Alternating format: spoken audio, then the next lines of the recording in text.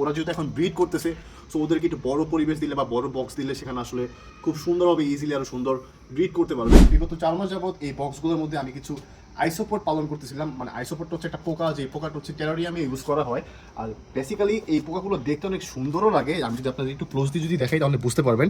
এখানে এটা হচ্ছে পান্ডা বলে, আর দুইটা আছে এখানে আপনার, একটা হচ্ছে অরেঞ্জ কালার আর একটা হচ্ছে বেবি পিঙ্ক কালার, আরেকটা হচ্ছে এই কালারটা একটু বেশি সুন্দর, যদি উল্টায় আছে কালারগুলো, এই যে দেখালে বুঝতে পারবেন। সো এই পোকাগুলো হচ্ছে এই 4টা বক্সের মধ্যে 4টা মিউটেশনের আইসোপড ছিল। সো এই পোকাগুলো আমি কালকে হঠাৎ করে বক্সগুলো খুলে দেখি যে এখানে বেশ কিছু আইসোপড বেবি করছে। আমি যদি আপনাকে একটু দেখাই ক্লোজলি তাহলে বুঝতে পারবেন। এখানে আপনারা একদম ছোট ছোট ঘোরাফেরা করছে এটার মধ্যে, আমি জানি না কতটুকু বুঝতে পারতেছেন আপনার ভিডিওতে।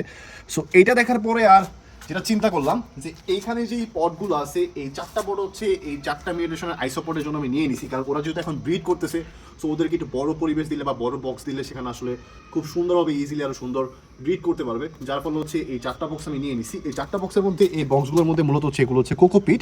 এই কোকোপিটগুলোর মধ্যে ওরা হচ্ছে বেসিক্যালি থাকে। জাস্ট আমি প্রতি 3 দিন পর বা 2 দিন পর এখানে একটু স্প্রে করে দিব যেন এটা ময়েশ্চার থাকে আর কি। সো এখানে আমি এখন যেটা করব, একটা একটা করে আইসোপডের যে বক্সগুলো ছিল এই বক্সগুলো থেকে একটা মিউটেশন এখানে নামাই দিব, জাস্ট এখানে আস্তে করে নামাই দিব।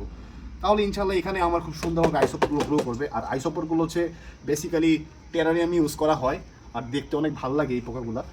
এখন অনেকে বলবেন যে ভাই এগুলো কি করে, এগুলোর কাজ কি, তাদের জন্য বলবো ভাই এগুলো হচ্ছে বেসিক্যালি টেরারিয়ামের জন্য ইউজ করা হয় এই আইসোপডগুলো।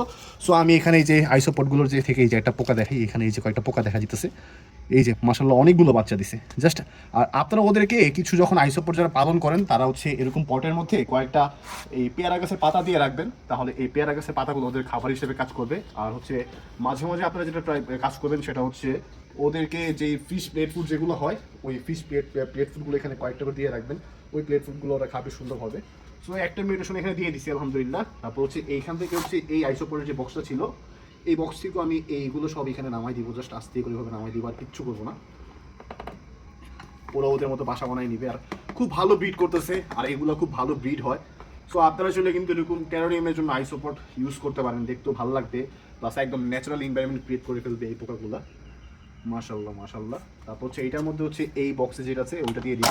আমি জাস্ট এইখানে হচ্ছে আপনাদেরকে বোঝানোর জন্য বা দেখানোর জন্য আসলে 4টা মিউটেশনের পোকা জাস্ট এই বক্সের মধ্যে নিয়ে নিছি।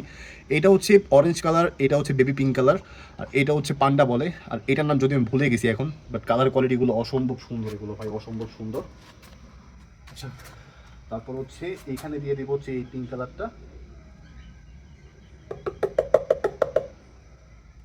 ওকে, সো আপনারা নেক্সট আপডেট ভিডিওগুলো পেতে বা আপডেটগুলো জানতে অবশ্যই আমাদের রাজ ফ্রি জোন পেজের সাথে বা আমাদের ইউটিউব চ্যানেলের সাথে থাকবেন। অবশ্যই আমাদের ইউটিউব চ্যানেলটা সাবস্ক্রাইব করে দিবেন, আর ফেসবুক পেজটি ফলো দিয়ে পাশে থাকবেন। সো আজকের ভিডিওটা এই পর্যন্তই, দেখা হবে কত ঘন্টার ভিডিওতে।